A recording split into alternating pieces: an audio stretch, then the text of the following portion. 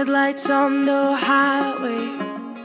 If you only knew, being back here always makes me think of you. When the world is sleeping, do you think of me? With the road ahead's coming back again, coming back to me. I remember the long drives, the late nights in your car. I remember it all. Windows down, empty streets, you were all I used to know.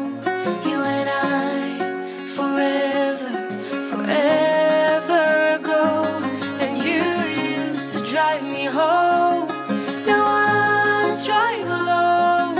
You and I, forever, forever, forever ago.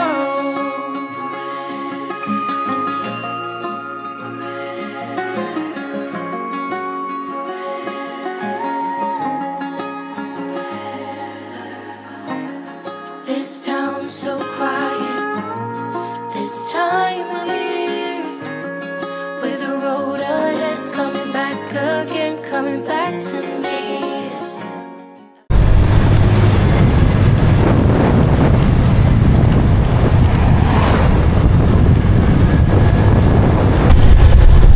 Guys, nandito pala tayo ngayon sa Oriental Mindoro, dito sa bayan ng Bulalakaw. At pupuntahan natin yung sikat na isang pinupuntahan ng mga lokal dito na pasyalan, ang Balatasan Beach Resort. So titignan natin at di pa tayo nakakarating dun, guys. Tignan natin kung anong sura at napapanood na natin siya sa mga social media. So tignan natin kung pag narating natin kung talagang may enjoy natin yung spot na yun. Okay, so mula dito sa papasok 4 kilometers pa daw. So malayo siya, guys. At bumiyahe din tayo ng 50 kilometers mula sa ating pinanggalingan. So tara, let's G. Dahil nung nilalakad ng mga bata kahit mainit. So yun, mukhang ito na yung daan na papuntang papasok ng Balatasan Beach. At sabi nung pinagtanungan natin ay 3 to 4 kilometers. Pero ayon sa ating odo, sa mileage, ay nakaka 8 kilometers na tayo. So baka meron lang tayo shortcut na hindi nadaanan. Medyo may kalayuan pala mula sa kanto sa National Road. Okay, so ito na. Alright. Ayan si Mayor. Ito ang Mayor ng Bulalakaw, si Mayor Lemuel, si Mayor LG. Ayan, mabait na Mayor. So ito na pala, guys, yung mga kubo na pwedeng campsite, mga floating cottage. So tara, hanap tayo. So guys, paakit na tayo ng floating cottage. So ito talaga ang signature ng Balatasan. May mga floating cottage siya at ginagawang tambayan ng mga dumadayo dito. Ayos, mauga, pero maganda ang dagat dahil malinis siya. Alright. Hello po. Gandang hapon. Salamat. Luto muna tayo, guys, ng pangkape natin. At napapakape na naman tayo. Kape muna. At napakaganda, guys, ng tanawin dito. At ito pa palang kinatatayuan natin dito sa ilalim ng dagat na ito ay may lalim pala ito na 15 feet. So biglang lalim daw siya. So may mga corals din na makikita dyan. At mamaya pag sinipag tayo at ginanahan tayo mag swim, subukan natin, guys. Galing, no? So puro ito ang kinabubuhayan nila rito. Puro floating cottage. Parang pwede ka na rin mag camping dito overnight kasama ang pamilya. Goods na rin. Tingnan na si Papa Jack TV ng kape. Kit ng kape namin, guys, palibasa dalawa lang kami magkasama. Ito yung kape at asukal namin. Hindi kami nagagatas eh. Pati yung kalan namin, sakto lang sa amin. At mamaya-maya magkasain tayo guys. At i-enjoy natin tong moment ng nasa beach tayo ngayon. Sanay tayo sa hanap natin laging fresh water. Dami isda. Pero ngayon, tingnan natin dito sa maalat na tubig. At malinis naman. Napakaganda nung area na ito. Itong spot na to guys, napakaganda. Dami rin pala talagang isda rito.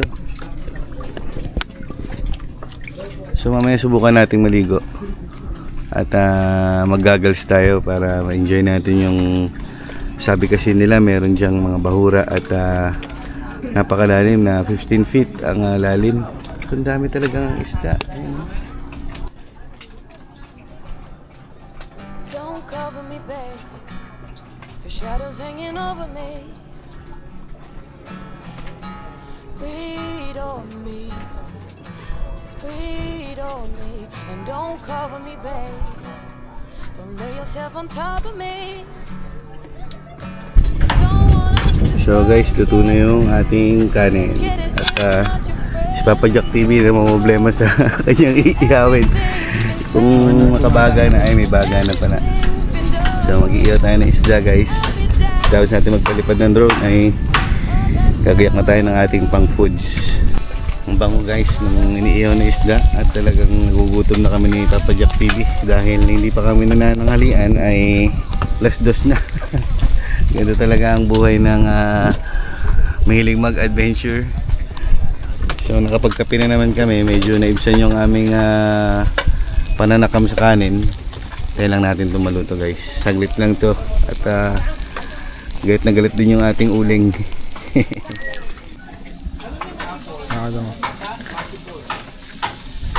Galit guys. Masyadong malakas yung uling natin. Nagalit. Galit. Ito dalawang isda lang naman lulutuin natin. Dinamihan niyo ako ha. Dinamihan niyo yung uling. Hindi kayong mahirapan. So tanghali na kasi kaya wala tayong nabiling isda na iba. So tilapia na lang. Okay naman to at siguro sobrang na sa amin ni Papa Jack TV ito.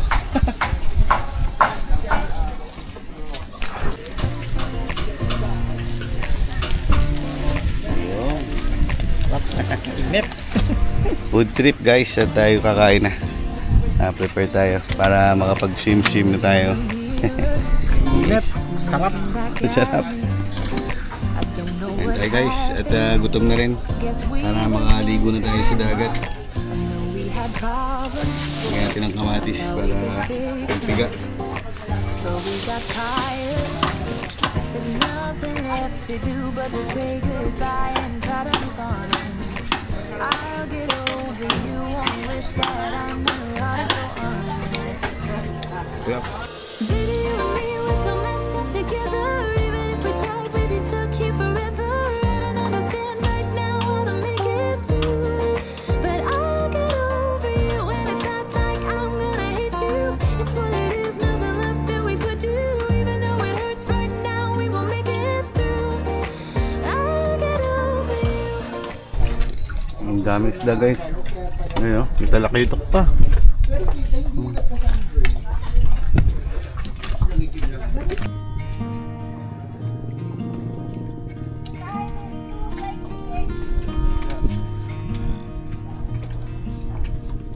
So Jack, prepare na si Jack para umpisahan niya na matesting yung kanyang gear.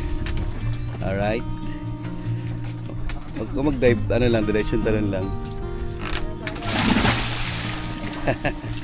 Ayos pala eh. Diba kung tanaw mo yung ilalim? Kung tanaw mo yung ilalim.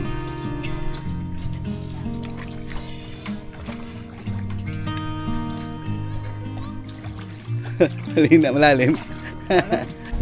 Alright guys, let's G. Ito pala yung hagdanan. Hagdanan pala rito.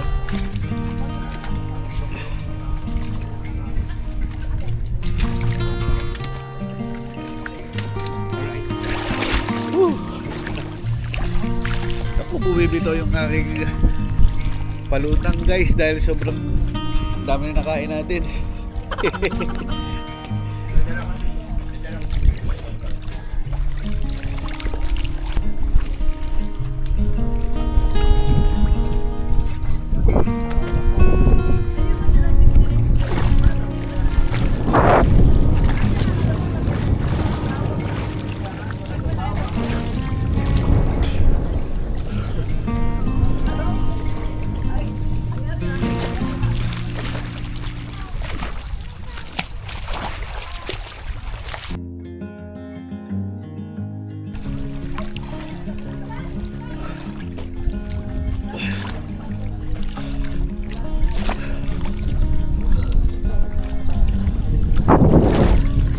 Sarap dito guys. Medyo nahihirapan lang yung palutang ko dahil mabigat ako. Ay si Papa Jack TV oh, nag-enjoy din. Whew.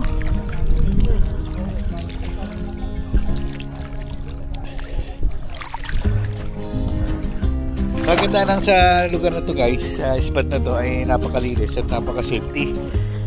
Dahil yung ito lang yung malalim yung paligid na to nung nakita natin sa drone ay mababaw na yung binagbahagi. So medyo nahubad na yung ating palutang. Ano ba yan? At kainitan, good luck ulit sa atin guys. Para tayong piniprito ni Papa Jack TV. Na sobrang init ngayon. Napakaganda ng ilalim nito guys. Pakita ko sa inyo.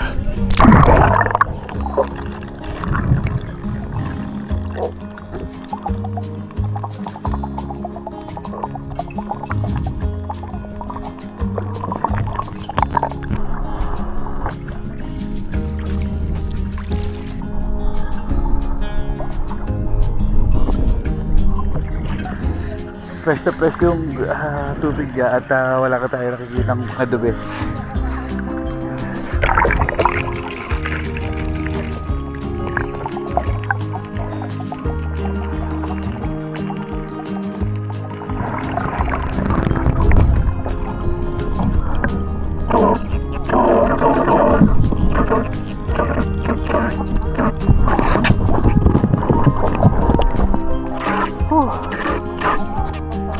Nakakapagod din pala guys pag malutang-lutang.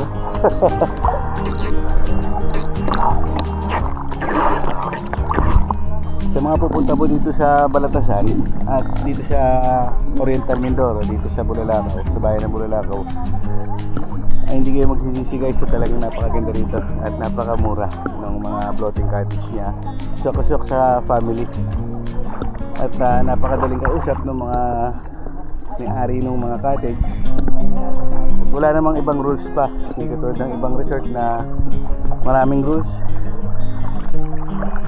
Napakasarap lang talaga mag-adventure pagka ganito. Maganda yung panahon, lalo ngayon tirik na tirik ang araw at walang hangin, kaya napipil natin yung dagat.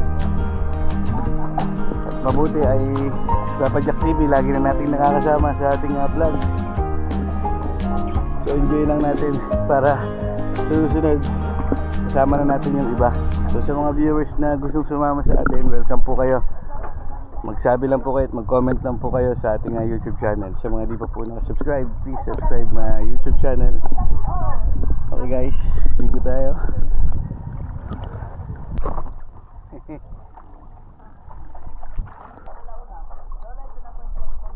Mayan, effective naman yung sa bibig. Nakakalubog ka. Lalim na ito guys, nasa ano na to, 20 feet na yung lalim nung kung nilalangoy namin yan. At saka mapapagod ka pag wala kang ano ganito, yung life vest. So kailangan may palutang talaga. Makikita mo rin yung isda doon sa baba, parang tahimik lang ano yun. Payapa. May nakita pa nga akong walo-walo na ahas sa ilalim. Maano kasi dito, malamig sa ilalim. Tsaka napakalinaw. Hindi sila ano. Malamig yung tubig niya. Kala mo may halong ano, yung ilog tabang, yung tubig tabang. Kasi karaniwan sa dagat mainit, di ba ang tubig? Malinaw na. Hindi sila takot. Pupugaw. Kaya pa yung mga isla. Oh, yun na pala sila.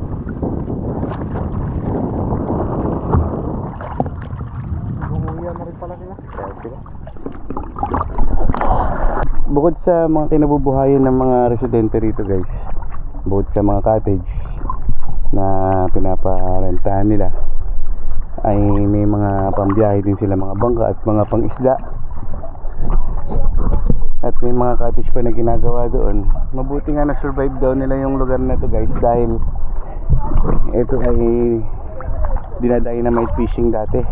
So nasisira yung bahura at yung mga iba pang ligas na yaman sa ilalim, yung katulad ng mga corals, ay sisira at nakakawawa. So ang ginawa ng pamunuan dito, at saludo kami sa kay Mayor LG, shoutout po sa iyo. Salamat po sa mga gandang proyekto nyo at natayuan ng mga ganito, at na-discover pa ng mga ibang taga Occidental Mindoro na pumupunta pa dito sa Oriental Mindoro. So sana mapangalagaan pa yung lugar na to guys. At napakalinaw ng tubig, at wala kang makikita ang mga basura dito. Ang daming isda na maaamo. So sulit at napaka budget meal kasi nito guys, yung spot na to. So first time natin dito pumunta, kaya hindi natin pinalampas na hindi natin marating ito, dahil nandito na rin naman tayo sa probinsya ng Mindoro. Bakit hindi nga naman? Medyo mababa lang guys yung biyahe, at bumiyahe kami ng nasa 1.5 oras kasi hindi naman tayo nagmamadali. So siguro nasa 80 to 100 kilometers din ang biniyahe namin. Nakamotor lang kami ni Papa Jack TV. At safe naman, at napakaganda ng daan dito guys, may enjoy nyo. Napakaganda rin ng mga spot dito na pag pinaliparan natin ng drone ay talagang kalikasan na kalikasan talaga. Mamaya yan, pagkadating sa bahay ay pa nagsalamin siya, magugulat siya na hindi siya yung nasa salamin kasi kulay itim.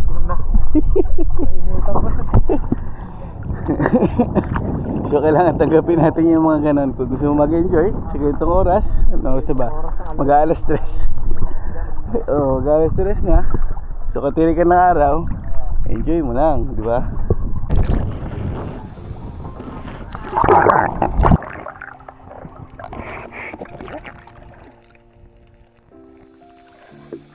Come so far away from home, there's no way I'm turning back now. My destination is unknown, so I keep pushing, never slow down.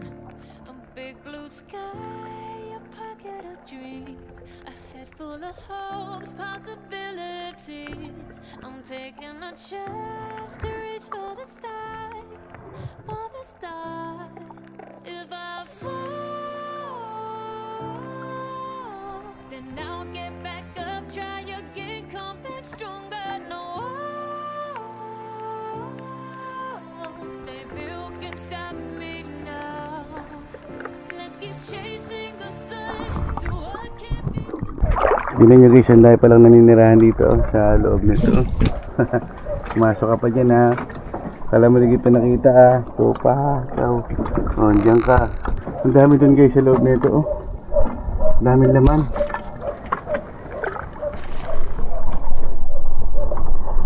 May mga naninirahan din pala sa mga kawayan dyan sa ilalim na ito.